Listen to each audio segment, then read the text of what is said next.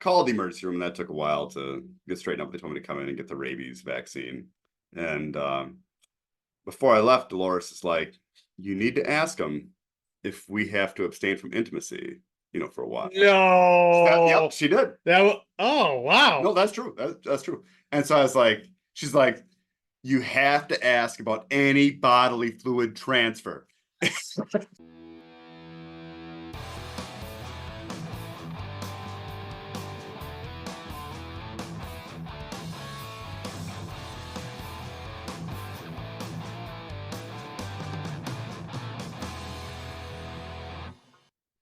Welcome back to the show, everyone. Craig and Jonah, or should I say Batman? Yeah, so we have 10 calves that we're bottle feeding right now, which is a lot of work, and it gets easier over time. You start out, and I get up at 4:30 in the morning. I only have to feed a couple of them, and then Dolores feeds the rest with the kids before they go to school. And then I feed them at night.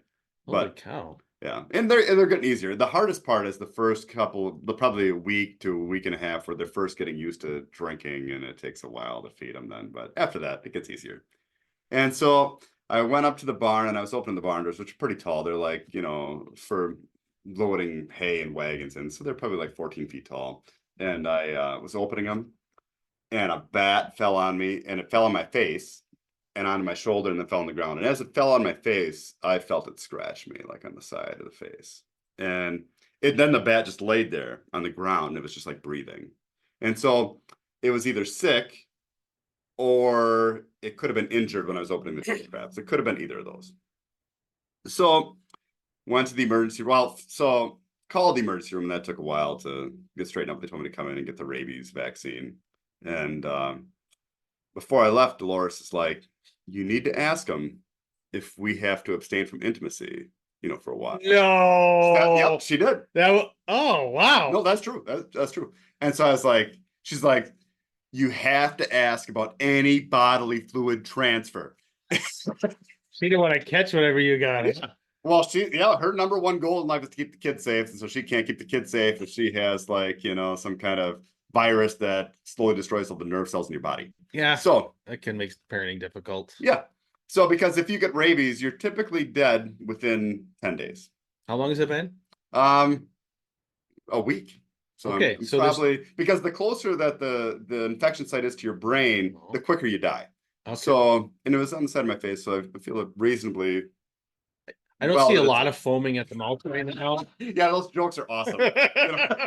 Old Yeller. Cujo. Yeah. So anyways, I go to the emergency room, and I asked the doctor, and you could tell. Did you ask him? Oh, yeah. It was a she, though. The doctor was a she. Did you make sure my wife made me ask you? I should have said, I don't know if I said that or not. I may have said that. We need to get your medical record now. We need to find that out. The doctor had no idea what to say, and she thought about it. She fumbled through some words. That's really what you're worried about right now? She fumbled through the words, and she's like, well, if you want to be really safe, you'd wait 10 days. And she didn't know. She was just so it was just there. Because that's actually the standard quarantine time for a dog, So I don't know. But all that went pretty well. I mean, I felt pretty rough from the rabies vaccine, and they give you immunoglobulin, which is actually an incredible invention because it binds to its antibodies against the rabies virus particle. And so because if rabies gets into your nerve cells, it can remain latent for a while. And so then you'd get it, when you didn't expect it. Did you bring the bat in with you? No, they told me not to bring it. Oh, because I thought, I asked them if I should bring it. I feel like my younger brother, same thing, same neighborhood, different location, got scratched by a bat during mass of all things. Oh, wow. And I think they took the bat in and tested it. Of course, they can't wait for the test results, so they start shooting you up with the shots, and then they get the test results back that the bat was negative for rabies, and then they could call it off. Yeah, so I wish that I'm going through the whole gambit, and so it really takes a toll on you. Like I was pretty tired, but But anyways, I got home and I told Dolores, I said, well, the doctor, I told her the doctor you didn't know what to say. And I said, so if you want to be safe, we'll wait 10 days. And she goes, well, you might just have to go to confession a couple times. Read what you want into that. But then, so we bought this large tent to house our cattle in, and we were putting it together. And the Amazon reviews for this thing were really funny. They're like, do not put this together with your spouse because it will cause conflict. So like the level of precision involved is far greater than what two human beings can possibly do together. And there's a lot of truth in that. It took 6 hours to put it together. Holy cow. And so the kids, you got the whole dynamic with the kids running around, and actually everybody did great. We didn't argue while we were putting this together. The kids all did great. It was like a family event sometimes. Sometimes they were playing. But while we were putting this tent together for the cattle, she said to me twice, she said, I do miss the intimacy with you. And that was just a tremendous statement. I was very happy with that. Man. So I'm on the 10-day DL. So it's been pretty rough in the Uncharted Catholic Men realm. Yeah. Yeah. We'll come back on strong maybe the next time, but we're down right now. But yeah, if you're all wondering why these videos seem real intense right now, there's a lot of PMAS oozing through the microphone. But no, it was actually, doing that as a family was really good. And it's nice to hear my wife say that to me. I was very, very happy with that. Wow. Because, I'd love to hear it wasn't always like great. that in our marriage. And so it was just, just awesome, She wasn't doing just to antagonize you. No, she wasn't. She wasn't. No, that'd be pretty mean. Man, I would just take you right now, honey, if I could. I told her. Just close the flaps on the tent. But no, so we're waiting the 10 days. So yeah, I think this weekend is be released from quarantine. All right. Wow. Should we record a special episode when that happens? I don't know. I'm just I'm thankful to be able to get treatment for something that can kill me within, days. And I don't know. So does when you get into your wrestling match with Taylor Marshall, and if you draw blood, does he have to get the rabies vaccine too? Gosh. No, because feel like the doctor getting asked a ridiculous question. Yeah. Does he have to abstain from with his wife if he gets scratched by you in the wrestling match? I don't know. And it's just funny that you and Taylor Marshall are having a fecundity championship right now. Yeah. Yeah, on Twitter, Taylor was bragging about how he has 8 kids because someone was talking about I guess we're in a population tailspin right now. And he's like, "Oh, I have 8 kids," and I tweeted out. I had to tweet out of the Uncharted account because he blocked me on the other one. I was wondering how he saw that. Yeah. Yeah. So I apologize. I wouldn't use the Uncharted Twitter account if he hadn't blocked me over there. But I wasn't sure. Like, it was kind of been fun, but I said I have 9 kids. Taylor's a slacker, and he liked it. Yeah. It's a good thing he didn't scroll any further down into the feed. Where all of our supporters are. Yeah, well, I have a few. We have a few mentions of Taylor Marshall in there. I have no problem with Taylor Marshall. I would love to have an episode with Taylor. Oh yeah. Maybe if he accepts the challenge, then we could do an episode with him before the Royal Rumble. Yeah, I mean, if he's got any kind of a functioning sense of humor, I think we'll get along just fine. It's hard to tell. Any level of functioning, just the basic. He thought that was funny though, probably about that you're. He didn't realize I was kind of picking on him a little bit, but that's okay. You're winning the genetic arms race right now. Yeah. And then but then of course one of our SSPX buddies says, "Well, at least he's not a heretic." Oh. And I was like, and I responded back. I said, "That's big words for an SSPX."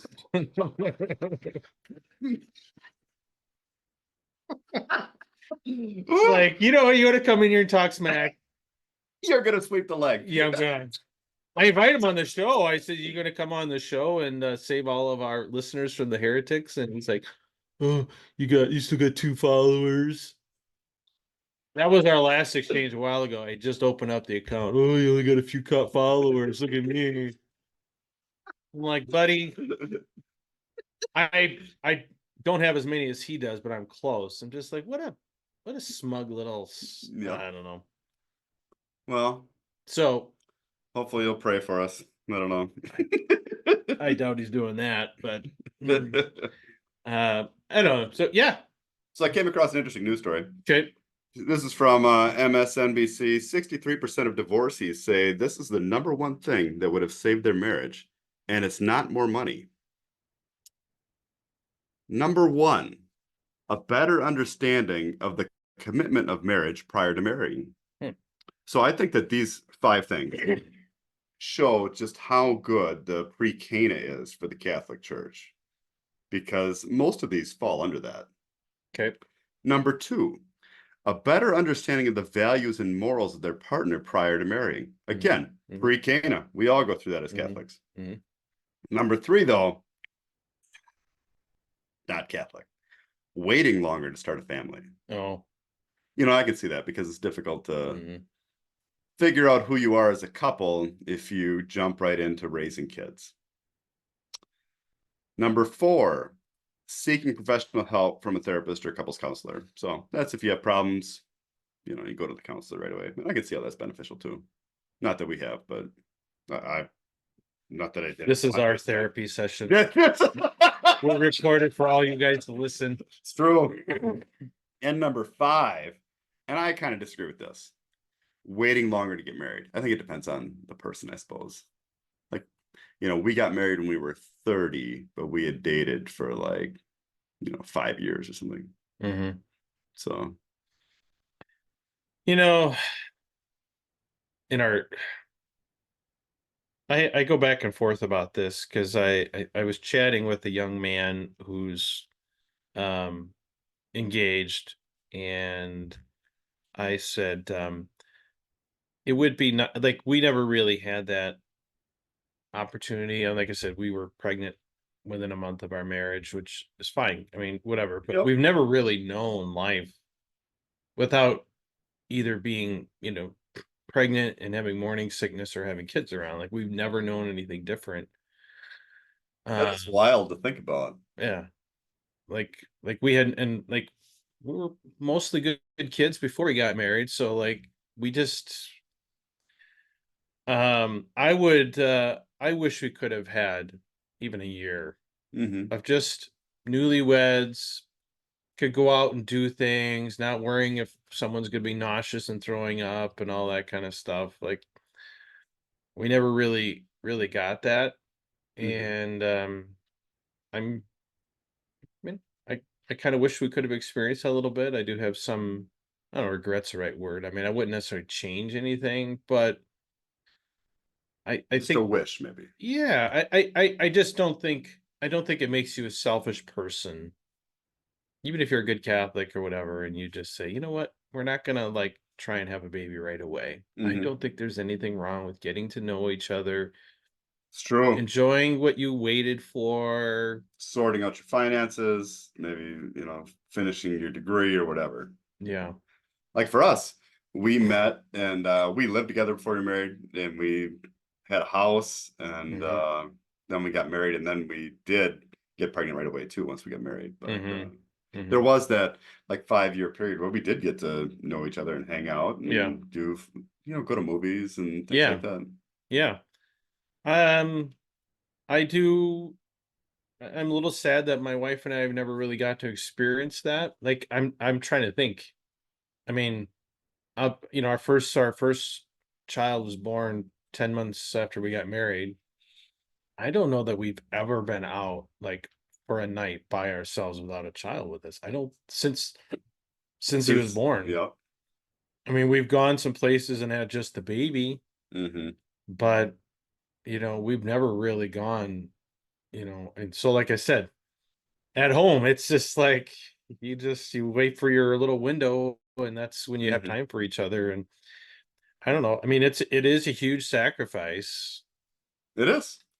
And, they say that you should plan a date night or whatever. But the Yeah. problem is that I am much more open to a date night than my wife is, just Mm. because she feels like if the kids get off schedule, then it throws her whole schedule off. And I get Well, that too. it takes mental preparation, sitter, whatever, Mhm. even if you got family close by. Yep. It's just another chore, I think. Yep. Um, Yep. so yeah, on the whole therapy thing, I would be a big advocate of people sort of just proactively engaging in therapy, um just getting to talk more. Of course, you talk to any Catholic, they're always, well, make sure they're Catholic, make sure they're whatever. I mean, I don't know. I don't care if my counselor loves Christopher West or not. But what if that counselor then would support your wife and say that, oh, it's just concupiscence, he has to deal with it? Yeah. It could lead to more marital problems. Yeah. Yeah. Don't worry, he'll have a nocturnal emission Yeah, eventually. Don't even worry about him. Nature takes care of that problem. He's just a big baby. Yep. Look at what all that you do for him. It's true. And that's true too. But it's not easy. And it's not gonna help your marriage. It's stupid how, like, I don't know, hard is the right word, but it's just stupid what an interference this is, really. Yeah. Like, I would gladly just pause all that for a period of time Hmm. and not have to deal with that. But I don't know. Nature's decided otherwise. I don't know. Yep. Yep. So, well, let me see here. I had some other things. Let me just check real quick. Um, oh, I got into a fight the other day. I don't know why I do this stuff. I don't know, just antagonize people, I guess. I do have a little bit of that in me. But there was a whole fight about whether Mary continued to be a virgin after Jesus was born. And Hmm. I know that I mean, Me personally, I'm totally willing to accept that because I- it doesn't I'm not, yeah, it doesn't affect me the rest of my life. It's just, I'm fine. it doesn't The matter. church has stated it, so it's fine. It would not matter to me one way or another whether she was or wasn't, right? Um, the and I because I don't like, it doesn't matter to me one way or another. I accept what the church says that she was. But what gets me kind of agitated, I guess, is when people, especially traditionalists, just act like, well, of course it had to be that way. Like it's self obvious that she had to remain a virgin.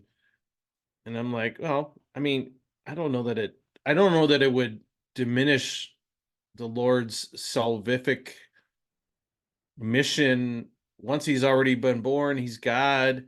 Hmm. I don't know that it would take away from his redemptive mission, whether she went on to have children with Joseph or not. I mean, Yeah. I'm not saying she did. Like, okay, I'm not. Yeah. We're not going that Gosh, full Brady heretic. people, calm down. I can Just already see the having a thought comments. experiment Yeah, here. I'm just as a thought experiment. Like, I am not scandalized. I would not be scandalized if she went on and had No, kids. But some people just, because the whew, focus is on Jesus and God and yeah. his mission, like you said. And the status of Mary is great, but it doesn't totally affect me.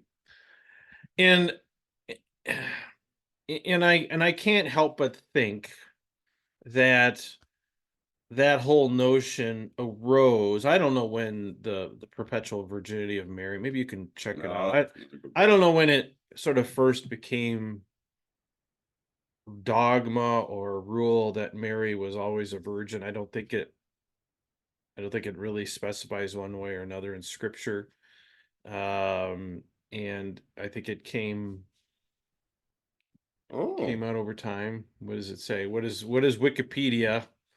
well, so this is from the University of Dayton in Ohio, which is a large, like, Marian school. I believe, like, they have a Huh. large, I don't know, part of the school that studies, like, Marianology. Hmm.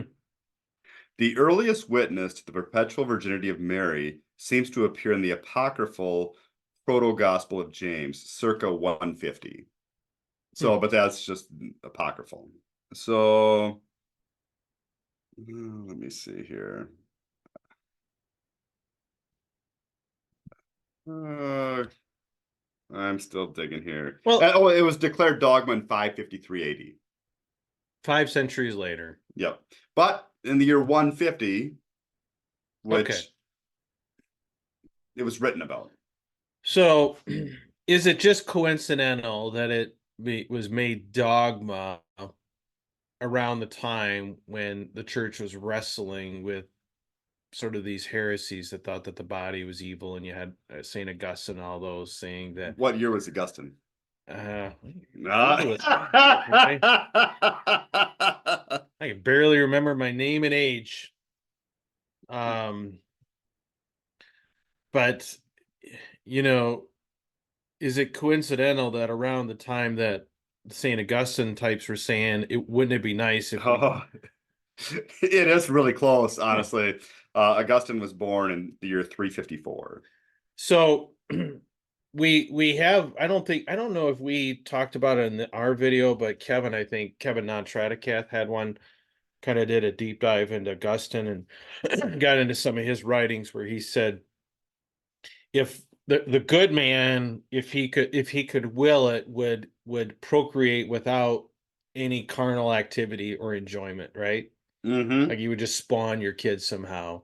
Sure, but Like that's that not how would. it works. But yeah, Yeah. sure. Or, and then of course there's that idea that before the fall, procreation would have taken place, I don't know, non-sexually. But there was a clear, strong strain that sex and procreation was merely tolerated back in the Mm-hmm. early centuries. It was certainly not a good. It wasn't spoken of as a positive thing, like Not the say that. unitive aspect. The unitive aspect wasn't Right. regarded. So I think it's interesting that the perpetual virginity of Mary became a dogma around the time that people were basically like, yeah, if you can avoid having sex at all, that's ideal. But if you absolutely have to, do it for procreation, but make sure you don't enjoy it. Um, The only thing I have to say is that it's amazing what people fight about on Twitter. Because it doesn't, like, this stuff, it doesn't impact me. Like, I'm yeah, fine with Mary being ever virgin. yeah, And yeah. I just wonder, like, because I can't help but wonder, like, what do you guys not struggle with this stuff back home? Because I'm just like, this is in my face all the time. Not that that other stuff isn't intellectually interesting, but I don't know. yeah, it's not anything I would have the energy to argue about. Hmm. So, Yeah. So I don't miss the liturgy wars. I don't miss that kind of stuff because, and the whole fights going on between trads and Protestants and over scripture. And I'm just like, you guys are just, you're wasting your time. Not that it's mhm. not good to dialogue, but you're not convincing each other. And if anything, your attitudes are just not making us look good as Catholics, I think. And you did have a great tweet about that, about we're one snappy tweet away from From convincing the Protestants that Protestant, they're they're all wrong. wrong. Maybe we are. I don't know. I don't know. To me, this stuff that we talk about is just the universal language. It's It's a the boots on universal the ground. experience, Yep. and I don't care what your religious faith is or whatever. This is real stuff, and we are here. We want to help people, especially married people, enjoy intimacy, have better communication, And better lives because of that. better lives, Better better marriages. parents, Yep. and have a confidence and trust in God's mercy when things are rocky, It's true. which they're going to be rocky. Yep. Sometimes, always, but Yeah. yeah. So anyway, well, I guess there's a few more days, Batman. So I Yep. I'll just, be holding out. yeah, wanna wish you well. Thank you. I'll need it. So anything else, Jonah? No, no, I think I'm good. I know we don't do this a lot, but if you haven't subscribed to the channel, please do so. It's nice to see subscribers show up in our comments. For those that don't know, we do have we're on Spotify and Apple, so if it's more convenient to pop us in there when you're out for a drive or stuck in traffic or something like that, we're always on Apple and Spotify. Just Google Uncharted Catholic Man, nothing else will show up. But otherwise, yeah, subscribe. We got some kind of kick-ass stuff coming out on the newsletter. So if you're not subscribed to the newsletter, there'll be a link to that in the description. Check us out on Twitter. Mm-hmm. And I we do have the Discord. I like our little community, so I'm hesitant to open up to too many people, but Yep. we do have kind of a public option if people want. If you feel like you'd really like to get in on some of the discussions behind the scenes, we have a really, really great community going on now. If you're interested in that, send us an email, unchartedcatholicman@gmail.com, and we'll set you up with that. So, all right. All right. Okay.